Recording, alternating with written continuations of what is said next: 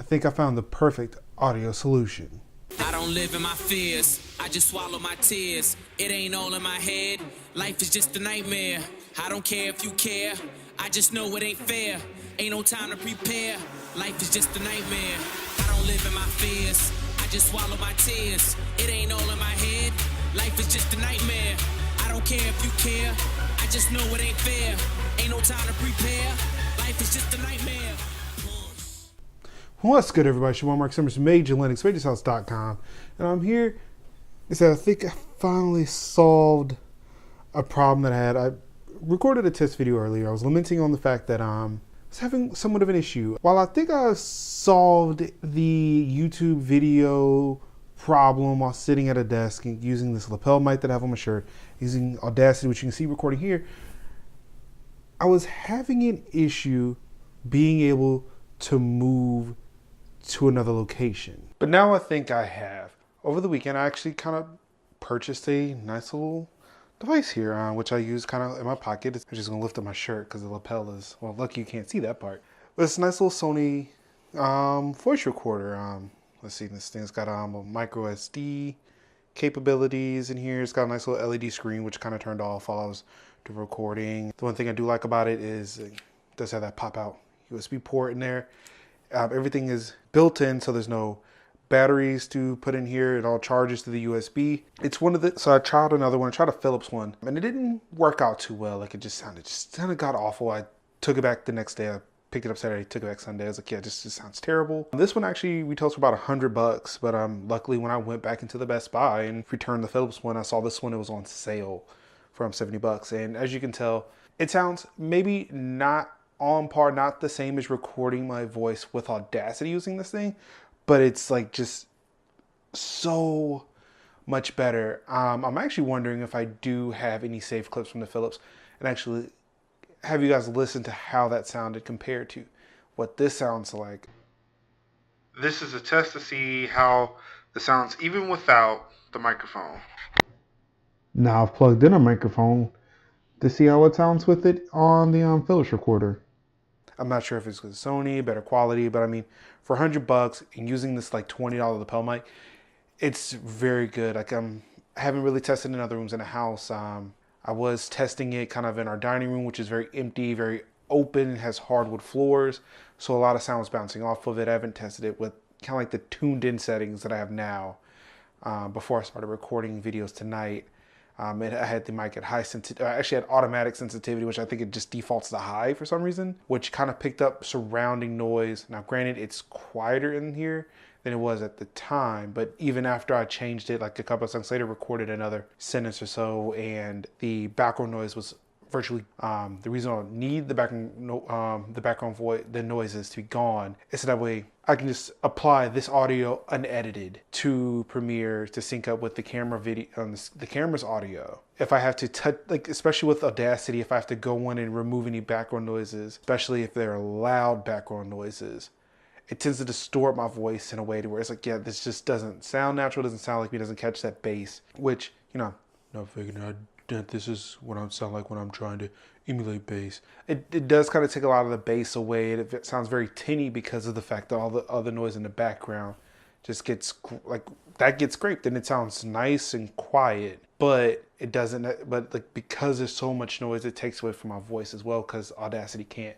determine what's voice and what's not. Now I can go in and do voice like audio removal for those specific dead zones, but that's just insane. Also, what I could do is like, when I'm because like when I was talking, the background noise wasn't there.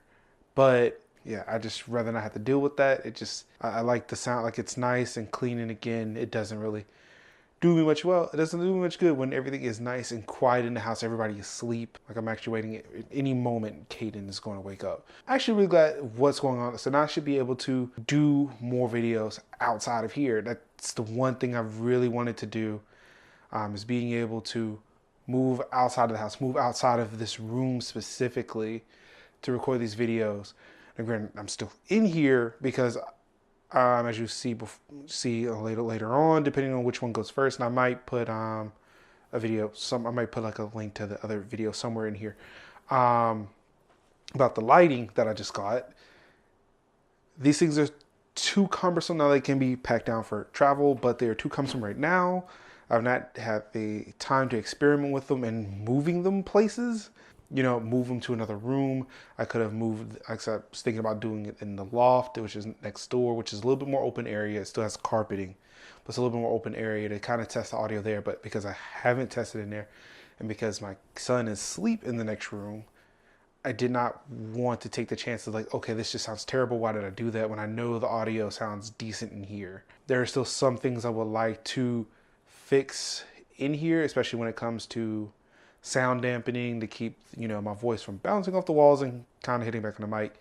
So I'm trying to stay a little bit calm, speak a little bit softer, so that way it doesn't do it as much. But I know there are times when I may get really excited, especially if I'm doing any Overwatch videos, any video game videos, where I actually am sitting back behind the computer, when I am sitting right in front of a wall. Those issues could arise. So there's still some things that we're taking a look at. Again, like, this is a work in progress. I'm really trying to put some muscle behind content creation, both with YouTube, even though, again, we all know YouTube is taking away funds from small content creators. Granted, again, wasn't making much money from there, but also Twitch as well.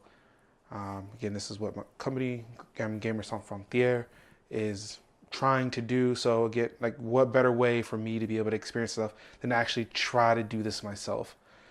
So I hope, again, these are things where I'm hoping that by recording these videos, by putting them on YouTube, or even Twitch for that matter, that people can see and actually kind of give me pointers, kind of point me in the right direction, so that way we can kind of distill this information, kind of get it nice, tight, clean, so that people who are trying to get into this after us can have an easier time, can actually have a little bit more success than we do when it comes to creating content, either on YouTube or Twitch or wherever they decide to create content.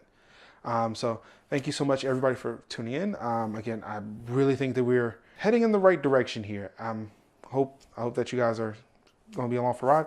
Please let me know what you think about this. Leave a comment in the comment section. Like the video if you like. Subscribe if you want. I'm pretty sure, at the end of this video, somewhere I will say a thing, probably sitting down, probably with terrible lighting, because it was all recorded long before these lights were here, but it was recorded with superior sound because it came from the PC. Of course, it's been your boy Mark Summers, Major Linux, MajorsHouse.com, and of course, all I've got to say to you people is peace out. Well, I hope that was as fun for you as it was for me. If you did enjoy that video, please hit the like button, hit the subscribe button, hit the little bell button so you can get notified when I put up new videos. I'm trying to do the YouTube thing just a little bit more than I used to before, so definitely do that. It's great help. Again, for every subscription I get over at YouTube, I donate $1 to Extra Life, a gaming-based charitable organization that's a part of the Children's Miracle Network, where we help sick and injured kids in our local communities get a fair shake at life. So definitely subscribing is actually doing good for the community. How does that sound? Of course, while you're here, if you're looking for something else to watch, I do recommend that you check this stuff out. Check these two videos out here. One is the most recent video, and one is actually a video that I've created that probably best suits your taste. I don't know. I'm not the taste maker. I'm just a creator. You have to get with YouTube about the whole taste thing. I don't know. I'm not sure what you're into. That's on you and YouTube. But I do recommend that you click one of these, or do the subscribe, hit the like, do the things that the YouTubers do. No pressure on my part. I'm not gonna force you to do anything, but if you do, I'd really appreciate it. So until next time, peace out.